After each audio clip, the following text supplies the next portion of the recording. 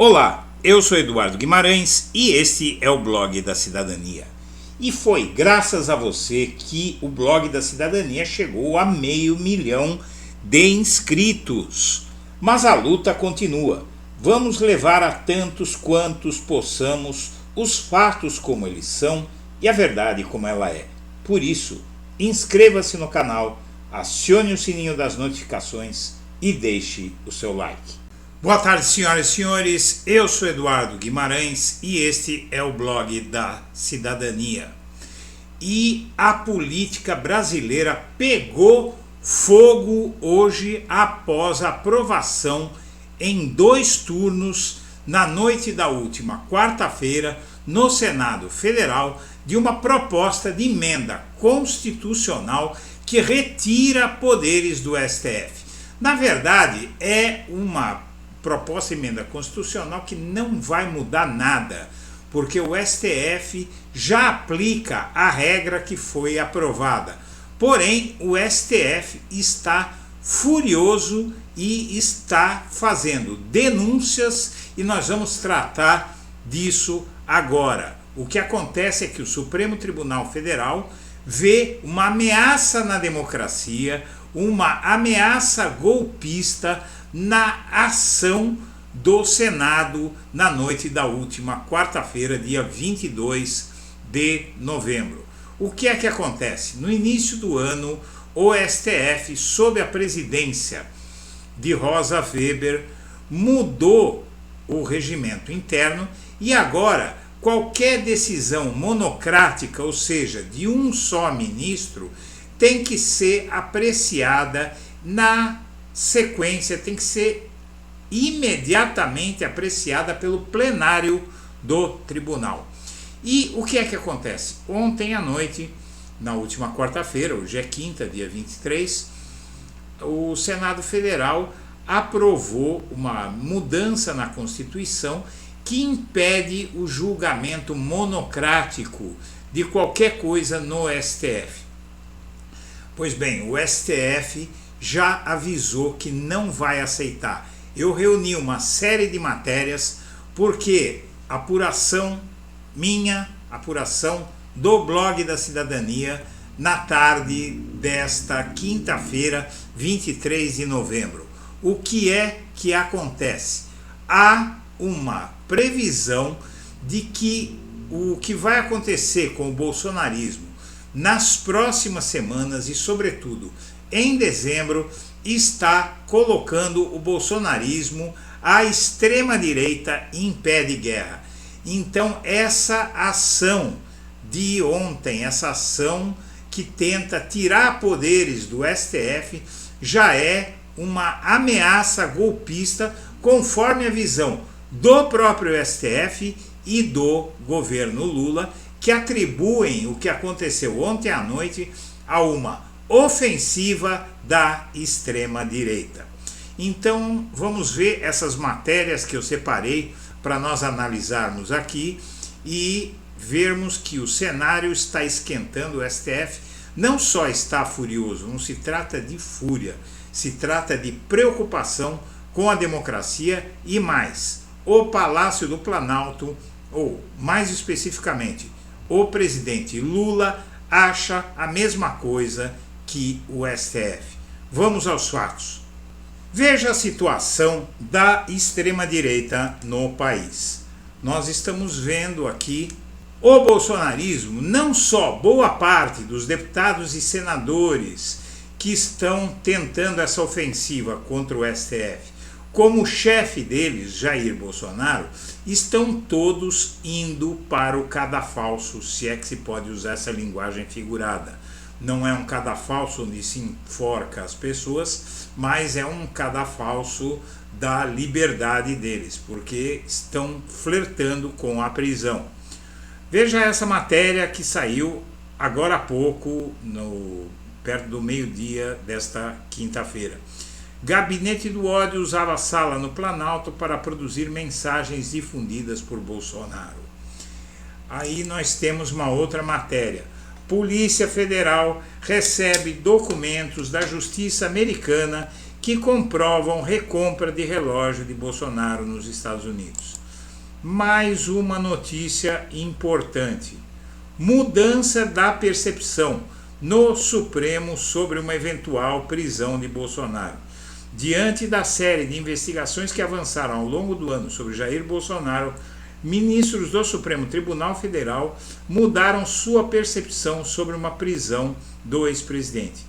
Se em janeiro deste ano a avaliação era de que uma prisão poderia tumultuar o cenário nacional e aumentar o capital político de Bolsonaro, hoje a leitura é de que as chances de o ex-presidente escapar de uma punição são pequenas.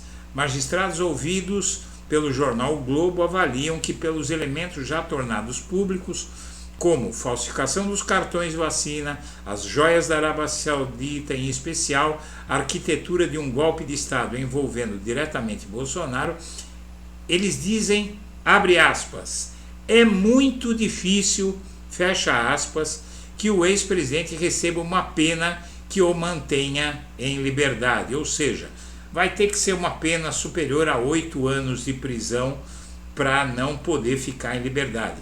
Mesmo com as dúvidas levantadas pelo subprocurador-geral Carlos Frederico dos Santos sobre a delação do ajudante de ordens, uma dúvida que, quando foi feita essa matéria, que já tem alguns dias, já não existe mais. O Carlos Frederico dos Santos diz que agora a delação de Cid tem sim provas. Seja como for, no STF a expectativa é que a Polícia Federal conclua em 3 meses a investigação sobre a atuação do ex-presidente em um plano golpista para impedir a posse de Lula. Esse é o caso considerado mais grave que pode levar a Bolsonaro à prisão para ministro das Cortes. Os ministros seguem com a opinião de que hoje não há elementos que justifiquem uma prisão preventiva do ex-presidente e defendem que ele precisa ter todas as garantias.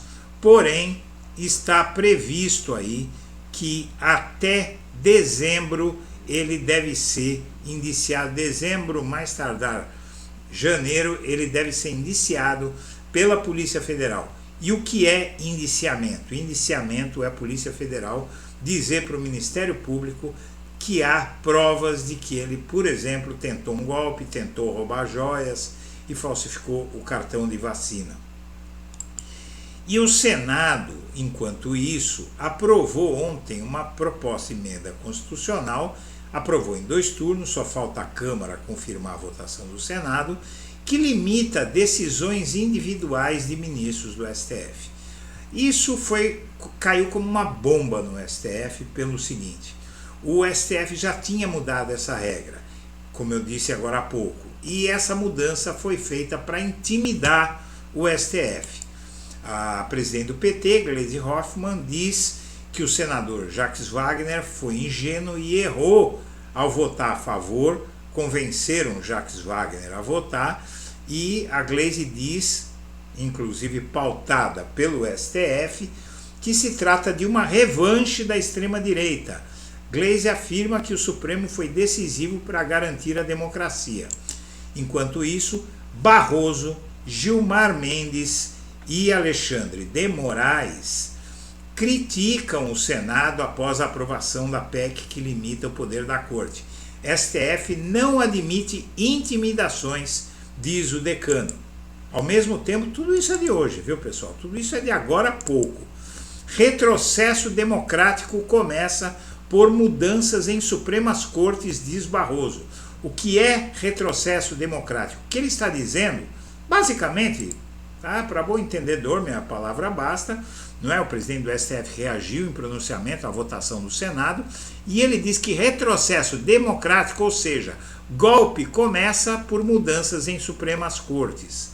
Ele está prevendo uma tentativa de golpe. O Gilmar diz que o STF não é feito de medrosos e que não se intimidará. Mais ainda, Moraes diz que o STF não se compõe de covardes e medrosos. E o STF diz que vai considerar inconstitucional a PEC que limita poderes da Corte. Vai para cima, vai reagir.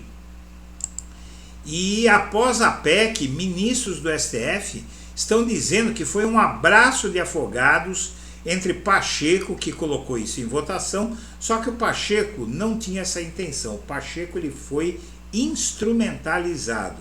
Ele estava de olho no governo de Minas Gerais, quis fazer uma média com os bolsonaristas, colocou isso em votação e o STF não achou graça nenhuma nisso. E aí o bolsonarismo começa a se mexer para evitar que não só o Bolsonaro vá preso, eles também, vários deputados, vários senadores estão sob risco de prisão. Defesa de bolsonarista morto na Papuda pede acesso a filmagens, você já vai entender. Bolsonaro convoca para ato na Paulista e esse será um teste definitivo. Ato na Paulista, por quê? Você já vai entender. Bolsonaristas convocam ato contra a morte de patriota na Papuda. Vamos lá, vamos entender. O que acontece é o seguinte: Bolsonaro e esses caras estão a um passo da prisão. A seguir esse ritmo, no máximo até abril, maio do ano que vem, Bolsonaro deve ter a primeira condenação penal. Por quê? Porque o julgamento dele vai ser direto no STF. E o STF está julgando os criminosos do 8 de janeiro, apenas que vão de 12 a 17 anos de prisão. Então, realmente não dá para conferir ao autor de tudo isso uma pena igual a deles, porque eles são bagrinhos e o Bolsonaro é o mandante. Não dá para julgar só esses caras, como estão sendo julgados, e deixar o mandante de tudo isso livre, leve e solto. Então o Bolsonaro deve passar para prisão em regime fechado em questão aí de 6, 7 meses no máximo. No máximo, pessoal, é o que está sendo considerado. E essa é uma reação à PEC, às manifestações, à instrumentalização daquele bolsonarista que morreu recentemente. Tudo isso vai ser usado para tentar mobilizar o bolsonarismo, criar uma grande manifestação, inclusive contra o governo Lula, para tentar fazer algo grande como foi em 2015 contra Dilma, mas só que contra Lula, que acabou de assumir. Agora vai ser mais difícil. O que se espera é que se possa contar com as mesmas forças que elegeram Lula e com o apoio dos Estados Unidos contra alguma gracinha dos militares. Porque Lula e o STF e o partido do Lula, em grande parte, estão convictos que vem por aí uma nova intentona golpista. Minha amiga, meu amigo, eu agradeço a atenção e deixo o meu melhor abraço para todo mundo.